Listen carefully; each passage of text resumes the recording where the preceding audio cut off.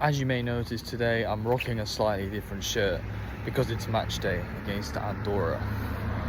So for this reason, I'm not going to do my usual semi-casual, semi-smart dress, but rather just doing a little seasonal kind of dress, if that makes sense. But yeah, the point of today's video is that attraction is not logical, it's instinctual. Now, a lot of people might be confused as to what I'm trying to say right here.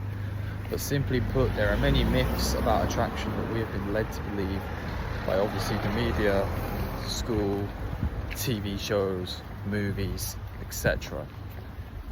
The biggest myth that you've ever been told by society is that if you're kind, if you're nice, if you're a good citizen, that everything is going to be okay and that you're going to attract the girl of your dreams. That you'll be able to have that dream set up. You'll have that, you know, the average Honda N-Box car. You'll have a golden retriever in the front yard. You'll have, you know, a really nice girl who loves you for who you are. You'll get that dream, you'll have 2 kids, and everything's gonna be perfect. It's gonna be flowers, miracles, no arguments, and all of that stuff. I'm here to tell you why that this is not the case. So let's get started.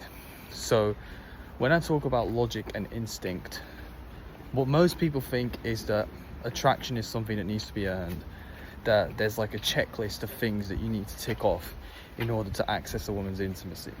Most guys believe that they've got to make sacrifices, but the problem with this belief is that it's transactional. It implies it's like a I tap my card here and the money goes kind of thing.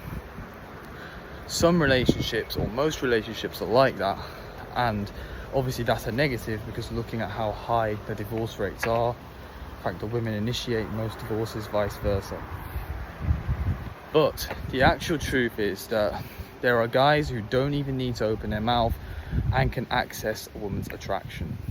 There are so many guys who didn't have to wash a single plate, who didn't have to make a lot of money, who didn't have to sacrifice much, who didn't even need a relationship title, and was still able to get the benefits of, you know, the best things that a woman can offer, i.e. her genuine desire, her emotional and physical attraction, were able to get the whole palette without having to do a lot of work. This is because it was validational. She didn't think, oh, I like this guy because he's nice, I like this guy because he made this gift for me, he made this meal, etc. Although these things are important in long-term relationships later, her thought process is, I like this guy because he makes me feel something. It's like the click, the spark. It sounds like something magical. So let me just give you my personal story. So when I was younger, I was your typical blue pill guy. You know, I was low status, I was beta. I wasn't respected by my own so-called friends in schools. And I typically had so many problems with bullying. I had a largely blue pill belief system. I claimed I was anti-hookup, but the thing is I wasn't actually anti-hookup. I only said that because I couldn't get them. It was a coping mechanism, because obviously I'm not asexual, I'm straight, heterosexual, attracted to women, but I have no problem with anyone who's LGBT or anything. But me personally, I've proved to myself over the past few months that my morals and virtues at the time were mostly fake. It was all because of scarcity, not because I genuinely felt that casual sex was immoral. I only told myself that because I knew I couldn't get it, and it was kind of a way of disqualifying my intersexual rivals who were obviously able to obtain intimacy without a formal committed title. So we're now going to go more into about the instinctual side. So it is a well-known fact of hypergamy that a small minority of the men are getting most of the legitimate female attention. This is true in online dating and even offline now.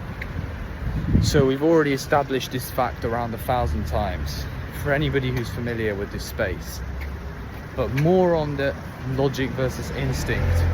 Here is the thing. If you are currently at work, or you're at school, or you're in any kind of social group, or even online, what you'll notice is the guys who are the most successful in dating are not particularly the nicest. That's not to say that you can't be kind or that you can't be a good man or a good citizen, but it is rarely the main factor. It is usually because of physical attraction, status in any given situation, not even about your materials or money or cars. It's just the behaviour, your sub-communications of status, your aura, how you carry yourself. All of these things are extremely important, and I've noticed there's been a large difference in my results compared to back then versus now. So this only goes to prove that if my old methods, my old blueprint ways were the actual correct ways to attract, then surely I'd have been getting success then, but I wasn't. So obviously that proves it was the wrong approach. Now, here's a good phrase. Repeating the same methods over and over again and expecting different results is the definition of insanity. So always remember, you have to realize that sometimes it is not them that have to change, it is you that has to change. And this is a bit of an unfortunate fact of the matter. Sorry that those cars are so loud, let me go in here. An unfortunate fact of the matter is sometimes you have to realize it is you that has to improve and not the other people. But yeah, thanks for watching. I really hope this helped. I'm going to be explaining a lot of this in my Substack. Link is in the bio below. Peace.